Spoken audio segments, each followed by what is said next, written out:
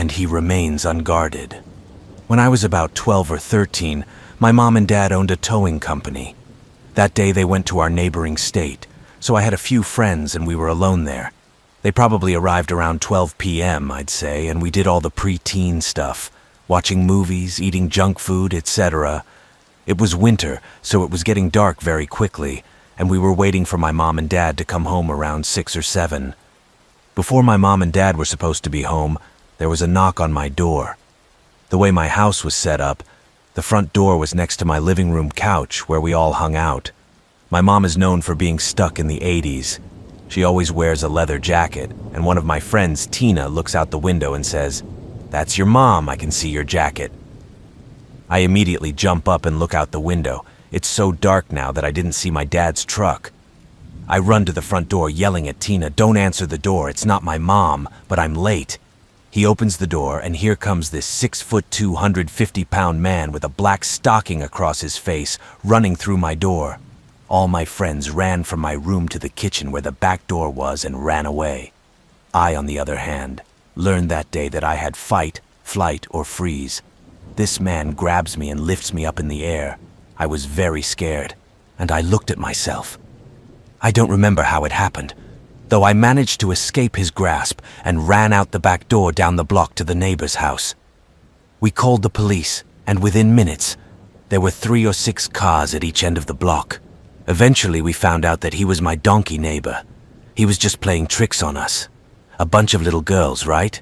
Today, I am 26 years old. Every time I knock on the door, people can't hear or see me, and I hide until I leave. Our archaeological neighbor eventually ran into trouble. The police didn't believe him, obviously, and there was a bit of a backlog between us and the courts and whatnot. But in the end, I don't know what happened to him. All I can say is that I hope this will not happen again. So I worked for a retail company, and I was there for about 4 months. About a month ago, we got a new employee, Jack, who works in the back. I am very friendly with all the guys who work there as I keep going back to the break room, which is located behind the corner of the store. I had never seen Jack before, and I realized he was new and decided to smile at him and say hello. I continued to do this all the time, and then when I saw him, and we would always have the same lunch, so we would spend time chatting and hanging out in the bedroom and all sorts of other things. Now this is all fine and dandy, but I like my time, and Jack talks and talks even when I'm on the phone and shows that I want to be alone. I thought it was annoying at best, and then one day he started buying me candy, offering me food, and then talking about this soup he wanted to make and how wonderful it would be. I was just interested in, "Oh cool," he asked if I wanted to try it a few times. I just quit so he'll leave me alone and think nothing of it. Then he started making me uncomfortable, offering me treats and sweets and always asking about my personal life. He asked me how my relationship with my father was, and I was honest and told him it wasn't in the picture, but didn't give too many details. He then started talking about how he wanted more children and how he wanted to find a young wife to give him more children and things like that. To be honest, I got carried away at this point and quit working with him all the time. I asked her how old she was because she looked young, maybe 30, and she said she was 43. This set off alarm bells in my head. Why was I pestering and talking non-stop to 18-year-olds about how he likes a woman's body and what? The last straw seemed fine with this guy, but before I left he rushed to tell me he had a gift for me. I didn't know what this guy was, but he decided to pull out a bunch of fake roses and gave them to me. Apparently they were cheap, they had conventions, and even though everyone knew I graduated from high school last year, it was really weird. He told me it was because I was working hard, and at first he probably did it out of concern for my dad. But I knew he was flirting with me after a 2 or 2 with my mom. When I got home, I threw them in the trash, disgusted that a 43-year-old man who knew I was 18 would talk to me about a woman's body and hand me roses in flotation. After that, I would text my mom anytime we had lunch together, which almost always drove me crazy. So he and I would sit in the car and I would eat to avoid him. Things were going well, and I ignored him from then on and avoided eye contact, never talking to him again. I think he eventually got the hint, and that's where the story should end, but it turned out worse than I imagined. Because of this, Jack became very comfortable at work and around his colleagues. I was hanging out with my supervisor last night and he mentioned it and we started talking about Jack. He mentioned how bad things were with him and I don't know the half of it. I told her how she had given me the roses and she was honestly shocked. We both went into the office to get the money and talked about it privately. He asked me not to give out my phone number, which I answered because he was a jerk trying to pick up an 18-year-old girl. She said she and Jack had been on a few dates together and kissed twice, and he started sending her, pictures of his private parts without warning. I was disgusted to find out that he also talked to her about having a baby, marrying her and whatnot. He told me that he had been married 3 times, and also told me about his past domestic abuse. That's why this guy beats his wife. Then he showed me how he wanted to suck it up and called it Fatty C and all this crazy stuff, and made the soup he wanted to give me so badly. He said he didn't want to do anything with her anymore, and I agreed with him, but again I wanted the story to end there, but it got worse. At this point she began to shake and cry. He said he must have been in prison. I knew that because he told me about drug addiction in the 90s and how it changed and everything, but he told me he was arrested and charged with first-degree murder. I was shocked to say the least.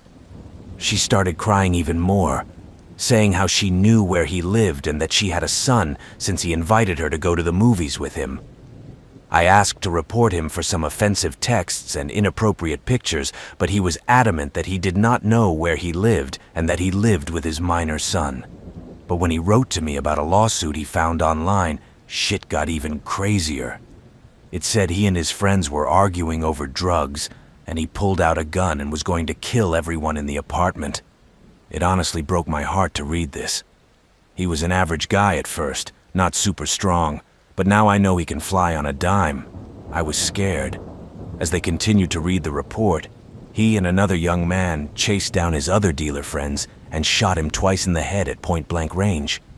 Jack apparently went to trial and his friend was convicted of the murder, but the conviction was overturned due to lack of evidence. Even though a witness said he was there when the shootings happened, he definitely did it differently, but somehow his sentence got rejected or something. My poor supervisor is so stressed and scared that if he fires her, he will come to her house and kill her and her son in cold blood with her friend. One of the funniest things he told me was that when Jack was with him at his house, his son was talking about guns and he remembered how he had a 9mm that he loved. I told him that I would go with him to our manager and tell him about these inappropriate things he was doing. Mind you, he still didn't threaten her physically, but said something mentally bad over text. And now it's scary to know how crazy and bipolar this guy can be. He recently told me I was rude and I laughed it off, but who knows what this guy was thinking when he told someone he was being rude. And he still has me on his girl radar. He wants to hook up, and it's honestly scary. I've actually been waiting to quit this job for a while because the board is so empty. And now that my manager knows he knows the killer well, I know he's been through here. The man who shot another man twice point blank gave me flowers and tried to make me have kids with him. And the worst part is that the manager loves Jack. He was even talking about promoting her to supervisor. He has been disrespectful to several supervisors, has written obscene and offensive texts, and sent pornographic images to my supervisor. I hope he gets fired and my supervisor gets a restraining order or something to keep him out because he's into it. So I was only his second option and I was good at ditching him, thank God. So I'm quitting my job soon. Too much stress, and I can't look at that person without knowing what they did and how they treated my supervisor without feeling legitimate fear and dread. I don't think I should see him again because he is very unstable and who knows what he can do. I need money, but this is not worth it. So I moved into this house about a month ago when it was brand new, and now there have been 5 different attempts. On the first night of the new year, I was upstairs with my wife, went downstairs to grab something, and saw light movement across the room. I didn't think too much of it, and wrote it off as a reflection of a shining headlight from a window or something, but the next night it happened again. My wife and I were upstairs again when we both saw a light shining on the stairs. The only way this was possible was if someone was in our house or yard. We have a 6-foot privacy fence, and given that the stairs are inside the house, this was impossible. I took my gun and told my wife to lock herself in the bedroom, and I would call when it was safe. All the doors were locked so no one was inside. However, the gate was open. I called the police, but since we live outside the city limits, we are under the county sheriff. So their response time is about 60 minutes. When they arrived, they took my word for it, and my wife and I went to get the doorknob. About 3 days later, I leave for movie night with Minus, and she calls me 5 minutes later asking me to be downstairs and accidentally lock myself out. I wasn't. I went home as fast as I could, but when I got there, no one was there. This pattern has now occurred 4 more times. I leave, and 5 to 10 minutes later, my wife calls to ask if I'm out, so whoever this person or people are, they're definitely looking at our house. Surprisingly, these things never happen when I'm at work, when I'm home at night, and then when I'm gone again. The most recent incident was Thanksgiving night, however, when my friend and I went out for drinks after dinner, and my wife called to say that our 3-month-old puppy was going berserk, barking in the front yard. The door and howling, and he hears people talking outside and so on. Miwon is actively trying to acquire the lock. She said she tried to call 911 but was put on hold. So my friend calls on the way home and we pull up 2 minutes later and no one is there. I hear the car start down the road and the tires screech. And all of our tools have beautiful tool marks. It looks like they're trying to use a knife. The police arrived 45 minutes later, took the statement and left. Nothing against the local police, but their response time is really a bit disappointing. I have since installed cameras near the front door and gate, and the security system was installed on Wednesday. Police said these people are looking for vacant houses because we are in a new development. I don't buy it. None of my neighbors reported what happened to them. Our house is very open, and I have horrible thoughts that maybe they don't want to steal things. Maybe they attack us as people. Honestly, I feel like a prisoner in my own house and I don't know what to do.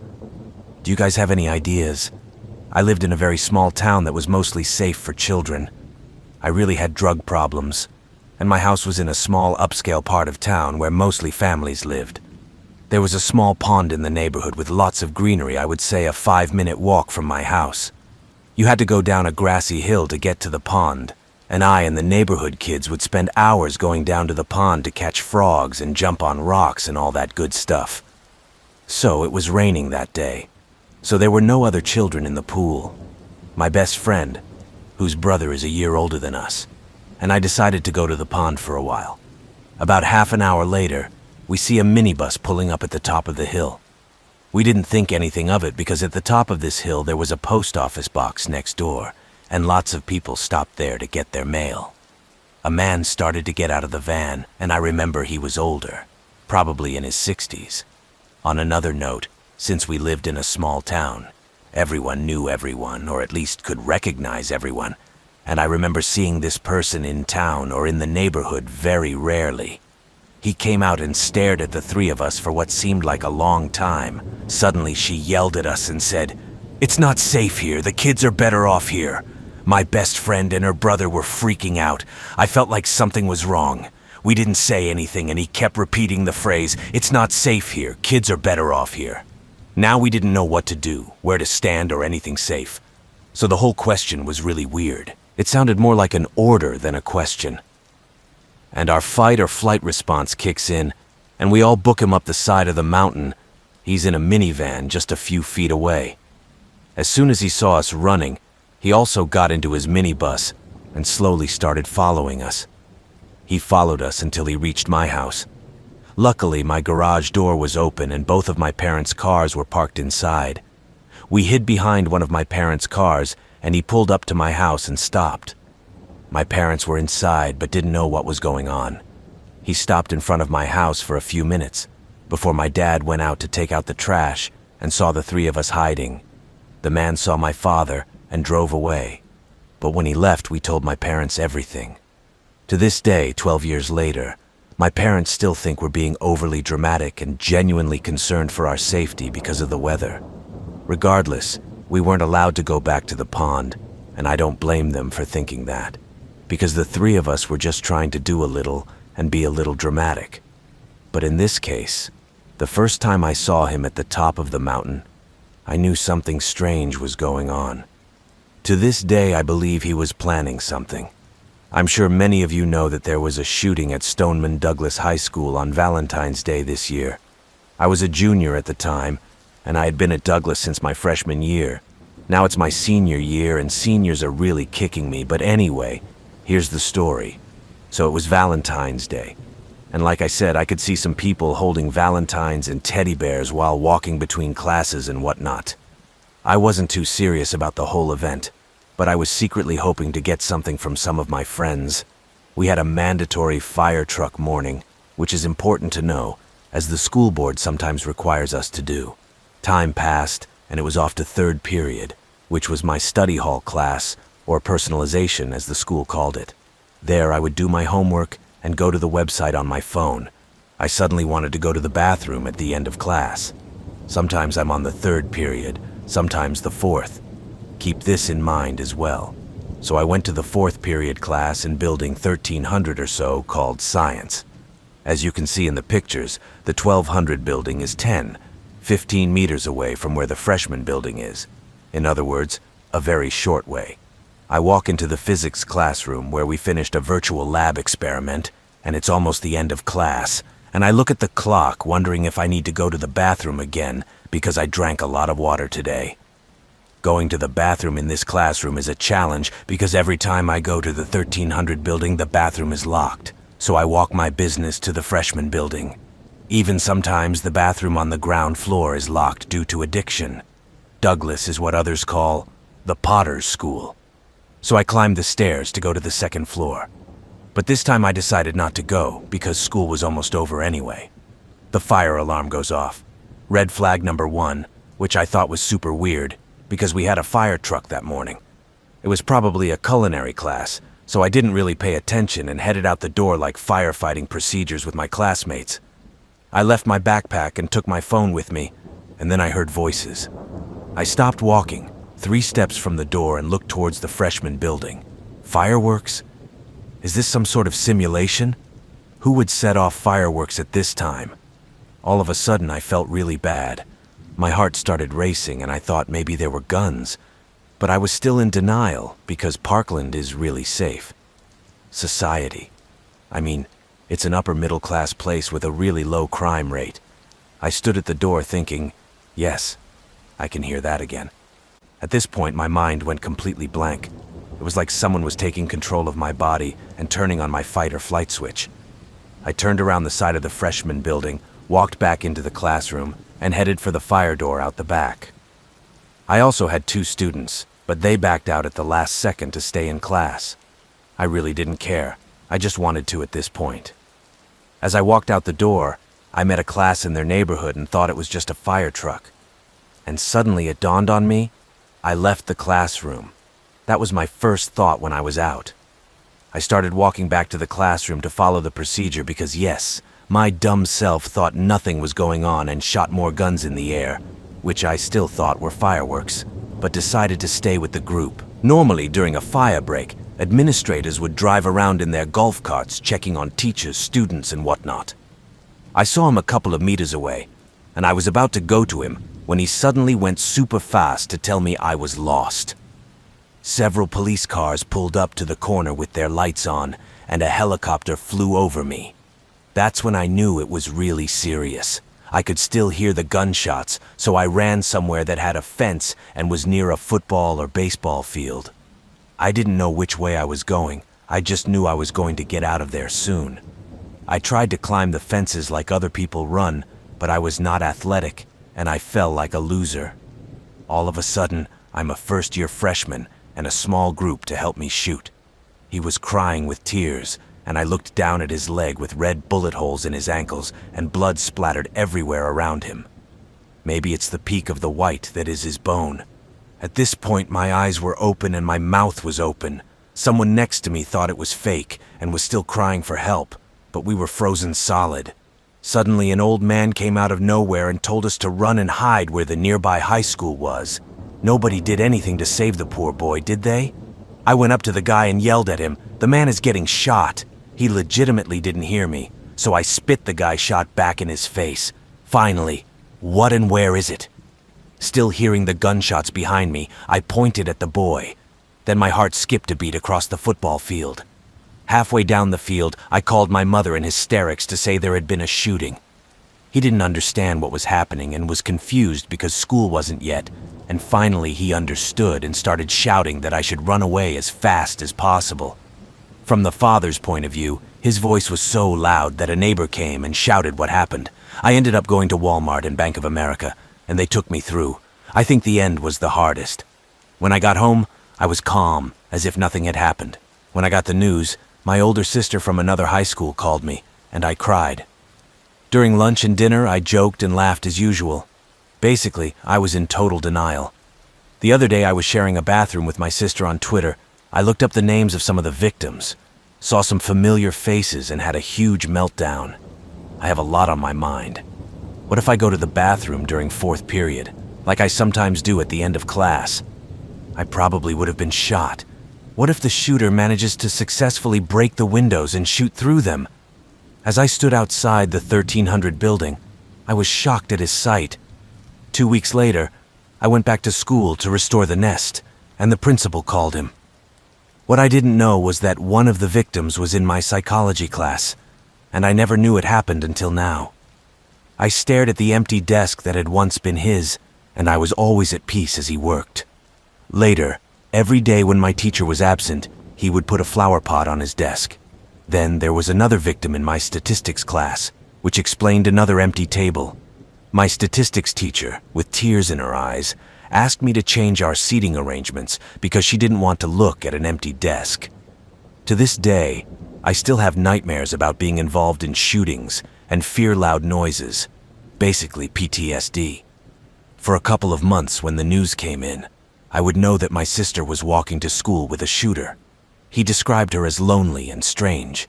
Additionally, my male friend received death threats from her and would send her pictures of guns.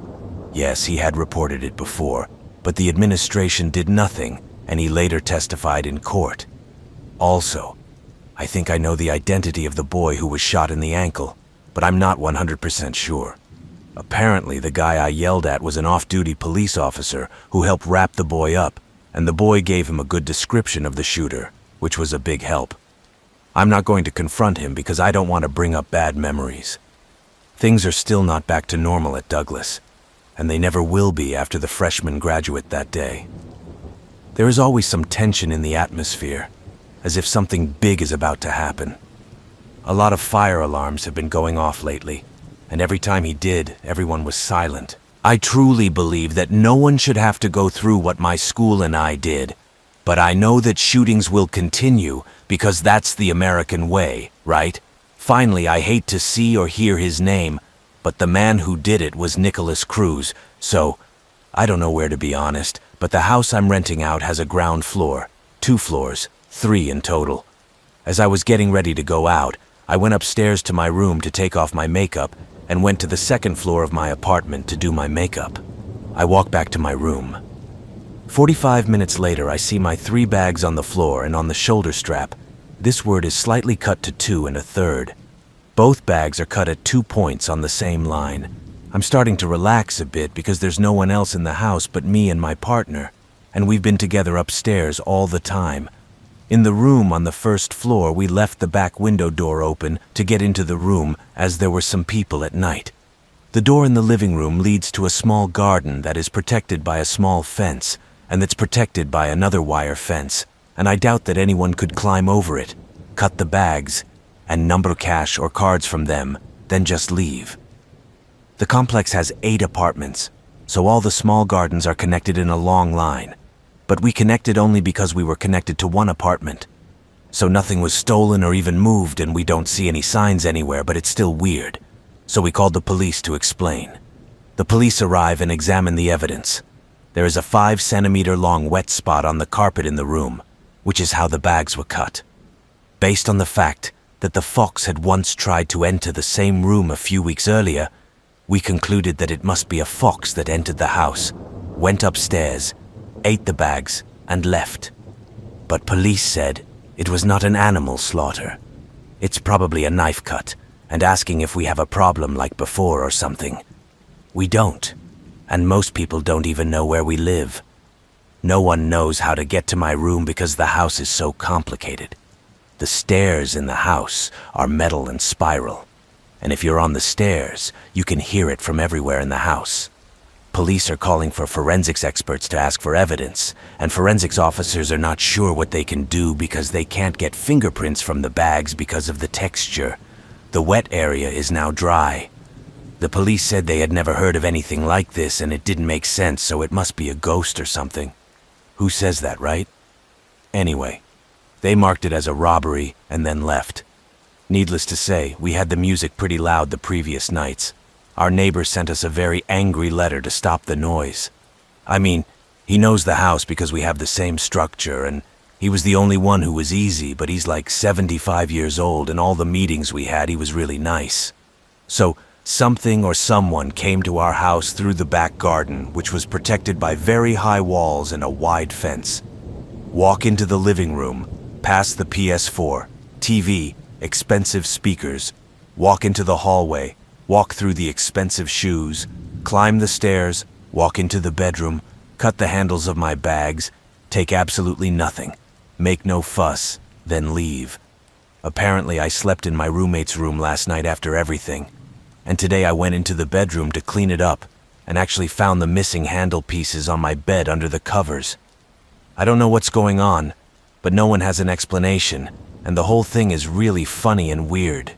Also, today after writing this, I put my shoes on and took something from the shoe chair, and another piece of black crocodile print leather slipped out from under it. This is the first floor hallway in the shoe department. I thought it was another part of the black bag, though I realized it was part of my partner's black leather boots. This means that this person or animal also cuts a piece of the same shoe. It's not him, of course, but his favorite boots. Then they hid him somewhere. So far they've been cutting black crocodile bags and snakeskin bags. But today we've got a black crocodile boot cut. Same material, different parts of the house. We also bought a bottle of wine from our neighbor to apologize for the noise I saw him today by chance. He thanked us for the wine and generally seemed nice. We can talk about it again and ask if something strange happened and explain what happened to us. He said exactly that. Nothing happened. Thanks for the heads up. I don't know what's going on, but I feel really left out. Either our house is haunted and something unusual is going on, or someone somehow breaks into our house and they do really weird shit. I don't know if it was a fad for everyone else in the early to mid-2000s, but during this time when I was a child, many characters in books, movies, and TV shows had pencils, their best friends, and they wrote down what happened to them, and in their lives. One of these TV shows, Grange Hill, actually featured an episode where a girl meets a pen pal who is not a French guy her age, but a middle-aged man squeezed into the back of a van. Apparently, that didn't stop me from looking for a pen of my own. Anyway, I Googled pen and clicked on the first few sites. The kids I posted had names, ages, locations, short bios, and email addresses. I looked around the page but couldn't find anyone my age. The youngest daughter, Lottie, 12, is from Amsterdam. So I clicked on his email address and sent me a cheesy message saying I was from the UK and 8 years old, but I was really mature, so please be my online friend. I remember he responded very quickly, and I remember him telling me that it didn't matter that I was 8 years old. In retrospect, it was funny as hell, but I was 8 years old. So we struck up a friendship and would email each other. I told him about my bullying friends at school, my struggles with my parents, Jacqueline Wilson books, and Doctor Who. Like the idiot that I am, I told him the country and city I live in. I didn't give him my address, but I was stupid enough to send myself a picture. He didn't send anything, and I didn't think to ask because once again I was an idiot. He told me I was really beautiful. Things are a bit hazy, but I remember one thing. He said he liked my eyes. It's been going on for weeks, and my sister was the only one who told me one day that she wasn't comfortable with it. Since he was a year older, I thought I knew better and dumped him. But he told me to tell our mother, and I didn't want to, but it was in my gut. So, that evening I told him. Putting on my most convincing voice, I tried to convince her that Lottie was really cool and beautiful. But my mother is protective, and she knew right away that something was wrong. He asked to see the emails and told me, and Lottie is not a girl. He is the one who kills me. The mother pointed to the writing style in the email address. She said she doesn't even talk like a little girl. You see, Lottie's email address doesn't look like hotmail.com or gmail.com or anything like that. It happened in what sounds like a business name, according to the mother. It's not like a little girl has an email. His writing style has also changed in the weeks we've been talking. It has changed from normal to slightly capitalized. This did not make my mother feel good. He told me to stop texting Lottie, and I lied and said. But naturally, I continued. I have to admit that I'm a little worried right now. A few days later, I emailed Lottie to let her know that my mother wanted her mother's email address. He started asking me why when I answered, but eventually gave in. I was disappointed, and in retrospect, I should have wondered why he didn't want to give me his email address. Maybe I realized this a bit subconsciously because I asked him for a photo of himself and another one with his mother. Again, he asked why and if something was wrong, and I told him he wanted to know what my mother was like. No reply for a few days, but finally I get his email. 2 pictures are attached, one with his mother. But they didn't look right. They didn't look like a normal photograph, if you know what I mean. They looked really polished and professional. I think I couldn't help but feel uneasy at this point. I'm not good at closing things with anyone.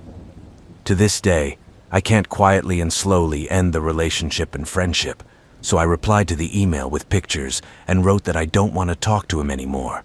Lottie didn't take it too well. Not good at all. He told me that he hated me, and that I was ugly, and said a few other nasty things. But what surprised me was that he would make me as miserable as I made myself. You can guarantee that if I wasn't scared, then I would have beaten myself up. I cried and told my mom she lied about me, but was also worried. So when she banned me from using the internet for a few weeks, I think it was a protective measure and a punishment. Nothing happened in the end, and it made me think that I was fed up with Lottie for no reason. Maybe he wasn't cheating. It wasn't until a year later that I finally stumbled upon the new show and found out that the pictures weren't Lottie. Does anyone else remember a show in Australia called Mortified? All the photos he posted were actually the head of the lead actress, Marnie Kennedy. So Lottie, I don't know who you are or what your intentions are, but I'm glad my mom stopped seeing me. This was a few weeks ago. I recently graduated college with a degree in biology, but decided to take a minute to myself before applying to medical school. My school was in a terrible area, and I still rent in the area because my roommate is a master's student at the same university. We live about 5 blocks off campus, and you don't want to be alone at night. So one day, I was sitting in our apartment humming some tunes when I heard a knock on the door. It was strange to me because my apartment is a townhouse-style apartment with 2 other apartments below me, and the front door was locked behind me when I entered the building 10 minutes ago. It was also because I'm a 5-foot woman and currently single. Since we live upstairs, no one lives on the 3rd floor except my roommate, and I haven't had a maintenance request or anything recently. I turned off the music and sat for a while waiting to see if it happened again. And once again the call began. Now I admit it was very stupid, but I went to the door and opened it in the tiniest crack to see a really big, dirty, heavily guarded man with a beard on the other side. I asked, "Can I help you?" He looked me in the eye and said, "I'm here to fix the air conditioner leak. You must send me inside the unit to make the repairs." My management company only had 1 regular maintenance worker that I was familiar with. I had never seen this man standing at my door before. He stepped forward, I said quickly, and locked the door with the wrong place. At first, I wasn't too worried because it must have been in the wrong place, right? But I emailed the owner about maintenance in the area, and he replied that the company has an HVAC technician today, but not at your address. What was it like? After describing him as a large, heavy white man with a full beard, he replied that it was not our HVAC representative. He is a small, thin man. I don't know who was there. Now I'm worried about my safety because someone has the keys to our building and not even my management company cares who it is. They also won't change the front door locks, so I'm on my own with this type. If you guys have any ideas on how to protect myself, I'm all ears. A few years ago, my roommate and I lived on the 3rd floor behind an apartment building. He was in the process of moving, so it was mostly my dog George Washington and me. I knew just about every neighbor in my building, and from what I knew, they were super cool. To understand this story, I need to explain how my apartment is located. To get to our apartment, you had to walk past my bedroom window, which was a very tall window. I never had any problems until 2 a.m. on a Saturday. It's technically Sunday. I heard footsteps on the street outside my window and saw his shadow pass by.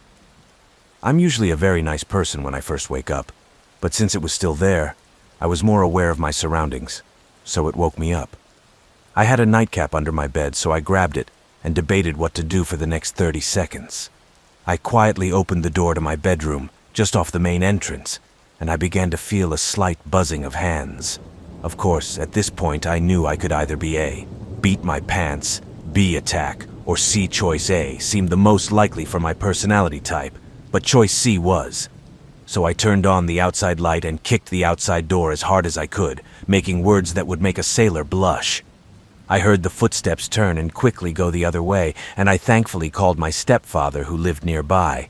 He came to check on me and wanted me to stay with him, but I said I would be fine and he left. The next morning, I got up and got ready for church, not thinking about the night before. I soon got home and grabbed my keys, put them in the door lock and texted on my phone. I couldn't find the key, so I looked and saw that the whole lock had been picked. He still hadn't come to terms with what was happening, so I opened the door and looked. I lost a lot of things: TV, computer, jewelry. Fortunately, they left my dog and she was unharmed. Surprisingly, I got him as my best friend and guard dog. He fills one of those roles, and I'll let you figure out which one. My brain was reeling, so I grabbed George and ran outside to call the police. They came out with guns blazing when they cleaned out my apartment, and it felt surreal to be talking to the forensics in my residence. They never knew who did it, and it turned out okay in the end. Most of the jewelry they stole was old. I had the intention of pawning it anyway. Renter's insurance, so I upgraded to the new technology. However, I'm still not too worried about that night and day, especially that night. I repeat it, and often wonder what would have happened if I hadn't thought about it, if the person hadn't turned back so easily. It is also very sad to know that they are watching me and waiting for me to go to church. From that day on, I shake my head and pay close attention to my surroundings, especially when I get home. All of these experiences took place 20+ years ago in the home I grew up in. My sister and I are both friends, and we've always felt a little apprehensive about the upstairs living room. Going upstairs there was a hallway where if you went right it led to the playroom, guest room, and bathroom, and if you went left it led to our bedrooms. Often at night, usually after dark, the lights in the hallway would turn themselves off. I remember standing in the playroom so often, I remember the hallway lights going out. After checking, the lights were also turned off. It would happen when no one was home, and to this day I see the corridors at night, the lights going out, leaving me alone and weak in the blackness. Actually, though, the lights in the playroom never went out and neither did the lights in other parts of the house, so I guess there is still light. The closet in the living room was also odd. My sister refused to go near him. He said he was afraid of it, especially at night. The cats also refused to go near him. In fact, they refused to go near the guest room at all.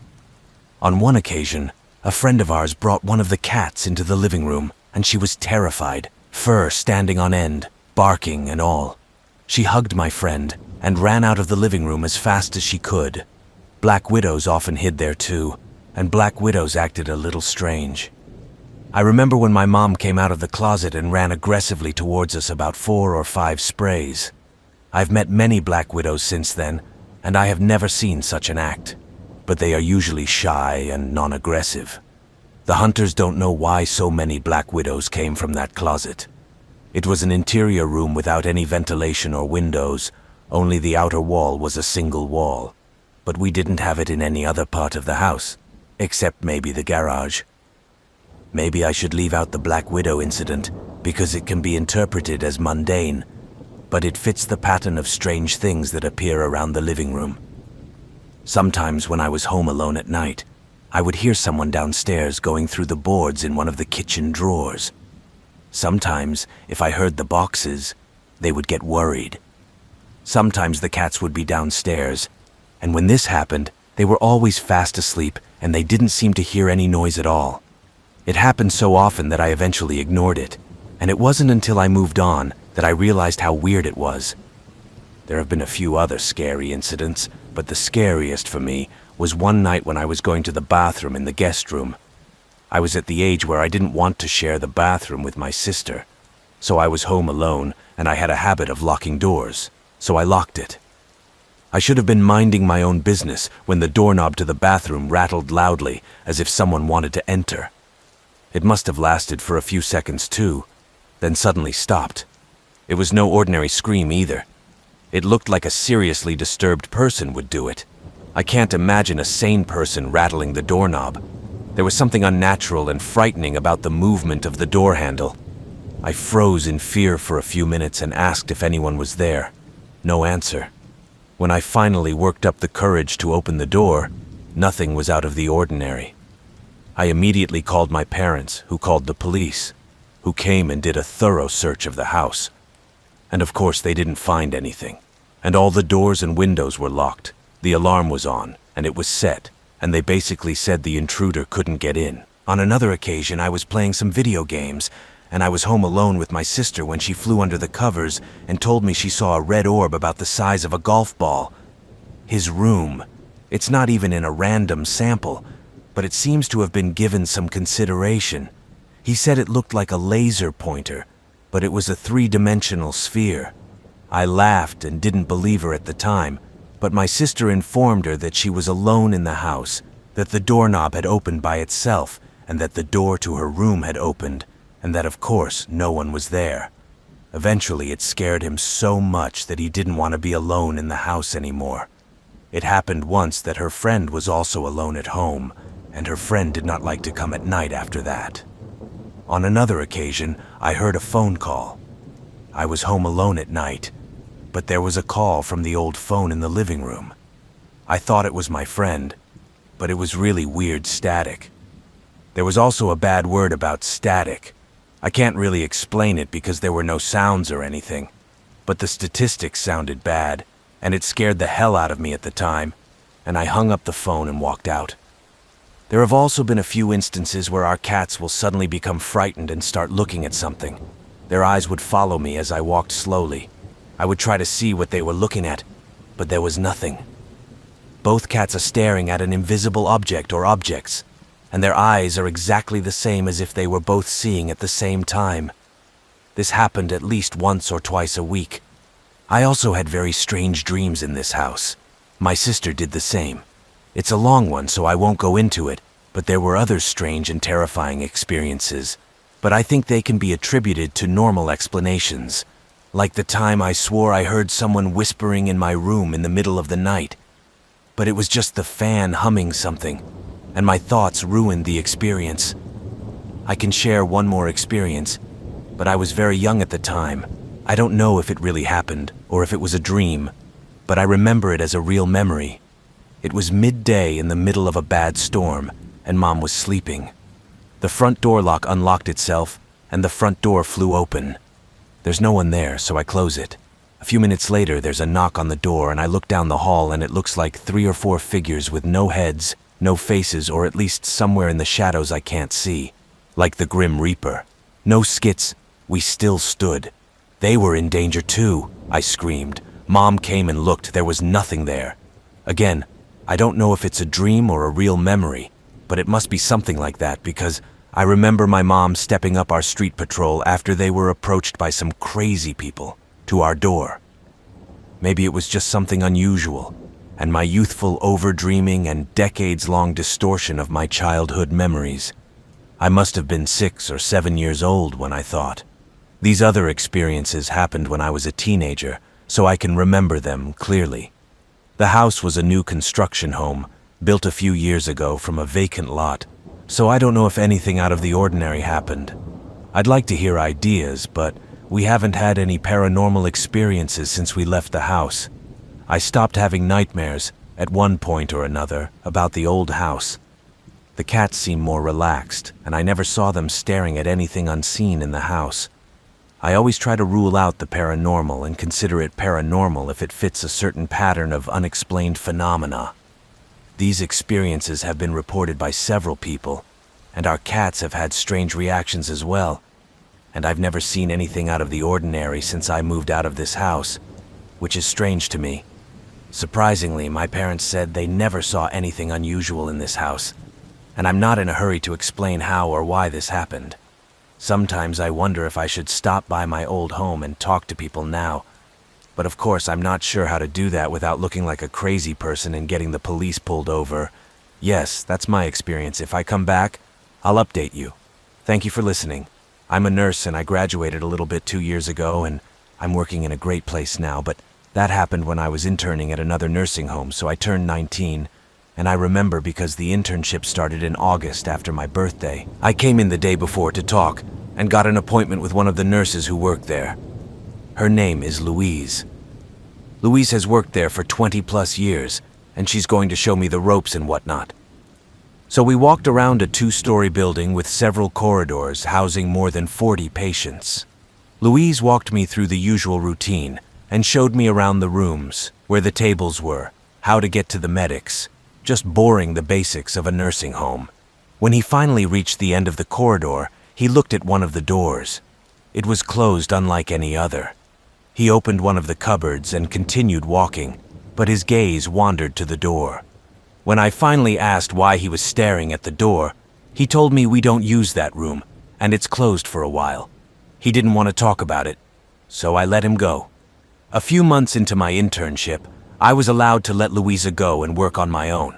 He was still my go-to person for questions and whatnot, but I was pretty much on my own during training.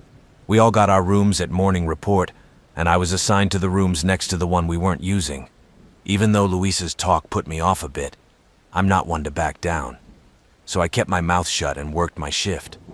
After my shift, I went to put my things in the locker, and when I opened the locker, I heard a faint noise. It's broken. If you play the sound over an intercom or something, you'll hear it, but it's noisy. I didn't think much of it until I remembered what Louisa had said about the room. Naturally, my curiosity got the better of her fear, and I went to check that the door was locked. Remember, all doors are electric, so in the event of a fire or emergency, they will not open by themselves. Even though the door wasn't locked, I thought it must be broken and thought to myself, maybe that's why they don't use this room. When I opened it, the sound got louder, but the room was empty. There was nothing there but a pair of curtains hanging from the ceiling, and the sound came from the doorway. A small electrical box made a noise, a strange buzzing sound. I remember wondering if I was hearing it right, and the little light on the box went on, and I heard a cry or a gasp from the box. I never knew until then whether I was a fighter or a pilot, but I went and closed the door, and I was out of there very quickly. That night, something told me I needed to know what was going on behind this, so I texted one of my classmates who also interned there. She told me that the nurses told her the room was apparently a gate for people who died in a nursing home. The electric box was apparently their means of communication with us, and the strange breathing sounds they were trying to get back to us. They do not use this room because when the patient is assigned to it, they report nightmares and strange visions and are generally uncomfortable and fearful. The next morning, I called my school and was transferred to a new internship where I am still working today. If you ask me if I regret doing it, not a bit. I'm of Navajo descent, I'm a quarter, and my grandfather is pure. It wasn't long ago, but every summer we used to hang out at my brother's house. It had 3 floors. The basement was a lot of living space, and there was a hill that went up above the ground, so it was only half underground, and it had windows and everything. So for some strange reason, they leave these big windows open at night. I saw things moving around quite often, mostly distant silhouettes or 6-foot-tall coyotes. I think it might be normal, but it's very strange, so I know what to expect if you leave a window big enough for a person to climb in easily. So this situation made me uncomfortable because we were babies, and my family was in my gnarly's trailer, etc. He had these individual square locks, and woke up in the dark hours of the next morning to find them all the locks on the floor, and the doors were wide open, and my brother was losing locks of hair. My Nolly had to do some ritual or prayer to save her, and she grew up successful and is now living her dreams, so I don't know how much truth there is, but she is okay. So we all get ready for bed. Grandma sleeps on the couch, my brother and his friends sleep on the other couch, and me and my sister sleep on the mattress behind the couch where Grandma sits. The others were out camping, hunting. Everyone settled in and went to bed. My aunt stole my pillow and I was a little uncomfortable around here and there. At first I thought it was my neck from not having enough pillows, so I sat down and looked around. Everything seemed normal, nothing in the windows, but there were distant lights which we often see, and I went. Even though he went back to sleep, everything was PR, normal for me. So, around 4 a.m., I wake up again and roll over to my left to find my sister sleeping soundly, despite me falling off the mattress. Her hair was strewn across the floor, and she was comfortable on the blanket. Everything was normal until I realized that my aunt was on the right side of the bed. Whoever or whatever it wasn't my aunt. He didn't have long black hair, and it was down to his knees that reminded you of you and looked weird, almost transplanted or something. I think this thing might not be human, but you know how when you get really badly hurt or scared, you become paralyzed with fear or full of adrenaline.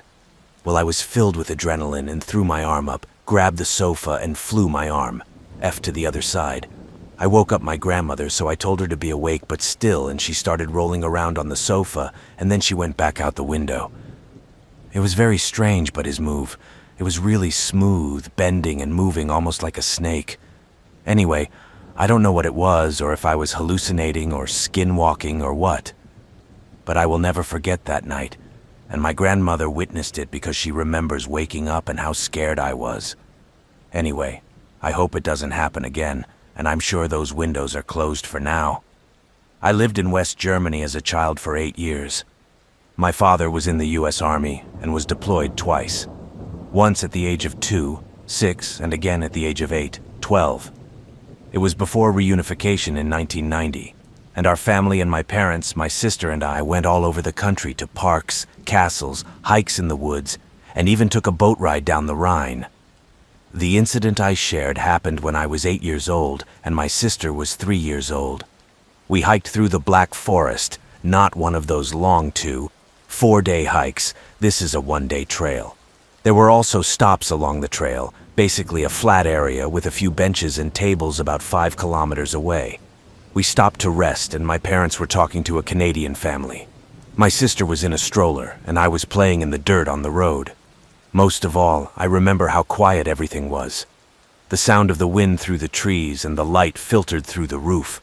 I can't describe the immense peace I felt. The absolute silence of the forest was almost a physical presence. For some reason, I overcame him and decided to go to the forest. I don't know how far I walked, but I almost immediately got lost and could hear people's voices from the rest of the stop, but I didn't know which way it was filtering through the trees. Strangely enough, I wasn't scared at all. I still felt such great peace. I don't know how long I walked, but it seemed like hours, and then I saw him. I tell her because she was very feminine without identifying sexual characteristics. He was human, but not. His skin was like skin, but like a shell, like twigs and branches woven together. His hair was mossy, green and fuzzy and short. It had no mouth and no nose, and its eyes were large and oval. He also had a yellow-orange iris with a small black pupil. They took most of his face, too, and there was no malice in them, only understanding and sorrow. He held out his hand, and I took it without hesitation. It felt a little like a tree, but like a living branch, like flesh. He brought me back to the trail about 20 meters from the stop, and I said, "But it's not like that." We walked through the forest without moving, and even after years, I still can't wrap my head around it. He let go of my hand and put his fingers on his face, as if making a waving gesture. Then he was gone. But on the way to the rest stop, my parents would pick up my sister. I thought I was gone for hours, but it was only 20 or 30 minutes. But they thought I walked the trail for a while, and then came back. Now, to this day, I don't know if what I saw was a hallucination or a dream or what, but it felt real. And my parents remember me disappearing, so I know a lot of things are true. It's weird, but the whole scenario left such a sense of dread in my heart. This happened to me at night about 6 or 7 years ago. I was talking to my friend on Skype while my family was sleeping, and I told my friend that I needed to go to the bathroom and I would be back soon. I'm the guy who lights that fire, and I say that to make sure that what I'm seeing is more than just a silhouette. I turned on the lights in the hallway, kitchen and hallway, and went into the bathroom. When I was done, I went from the toilet to the hallway, washed my hands, so I turned to the bathroom, but out of the corner of my eye, I saw something unusual in the kitchen. I turned my head in that direction and saw someone sitting at the kitchen table just looking at me. I stopped, and my heart started beating very hard and fast because it was the man in the black suit. He looks like maybe 40 years old, and his eyes, especially his irises, were dark, maybe dark brown, but I knew he was looking at me. For a moment, I wondered what I was asking her. I mean, who are you? But no sound came out of my throat, and I just waited for a while. But he didn't move, and neither did I. Suddenly, out of fear, I jumped into the bathroom and locked the door. I washed my hands and face with cold water, and my whole body was shivering. I didn't really know what to do, but I decided to stay in the bathroom, and I figured if this man could get into my house, he could get into the toilet, so I grabbed something sharp and waited. I waited a few minutes before opening the door again, and that was the hardest part because I didn't have much to protect myself from, so I could really rely on that when I see this person again. I try to wake up and yell at other members of my family to help me. I cracked the door open and quickly looked down the hall, nothing there. I opened the door wider and looked into the kitchen, nothing. I was afraid, but I decided to leave the bathroom and look around the house, and then check every place where a person could hide. I checked the storage room, the bathroom, the kitchen, and found nothing. Then I checked the front door, all the windows, they were all closed. So there was no access. I mean, I didn't even find a trace of anyone who broke into our house. I think the whole thing took about 10 minutes, and I went back to my room and told my friend on Skype what had happened. He told me to check the time, and I was out for over an hour. I don't know what happened for an hour. It was the 12th of August, the summer of 2013, just after my birthday. At this point, she was between 16 and 17, I believe, and my older sister, who had moved out shortly after her 18th birthday, had some free time from work, so my sister and I just decided to do it, stay at his house. He lived in the house with his then boyfriend, his girlfriend's son and daughter. Well, until our night out, my older sister told us about how her girlfriend's son, Jay, has been going to bed at 3 a.m. every night for maybe the last week, and he'd be standing up, on her bed with her eyes closed, but at her door. He would either remember the incident at all, or he did when asked, and he was smart enough to answer these questions at 8 years old. I may have had a paranormal connection to him at the time, and maybe he had it or something, but we didn't know what events my sister and I were going through. So the night went like any other, and my sister and I played Batman on PS3 until midnight and finally decided to go to sleep. We didn't have to go anywhere because we were sleeping in the room, so we got ready. My sister decided to sleep on the floor, so I slept on the couch next to her, and we lay close together like a nest. It went away so quickly, but I couldn't shake this really weird feeling. You may even turn on the fire a few times to make sure nothing is missing. After trying to hold on to what was making me feel weird, I finally fell asleep. After a couple of hours, I was awakened by a hand on the back of my neck and the top of my arm. It was my sister, and I could feel her cheek with mine and her tears. She told me, her voice shaking, "Jordan, something was pulling my blanket." I froze when I heard this. My heart was pounding. I honestly didn't know what to do. I tried to speak, but nothing came out, and he spoke again, and he said, "Jordan, help me." It catches me off guard, and at this time I could feel him holding my hair with his right hand and holding my neck with his left hand. Finally, what is it?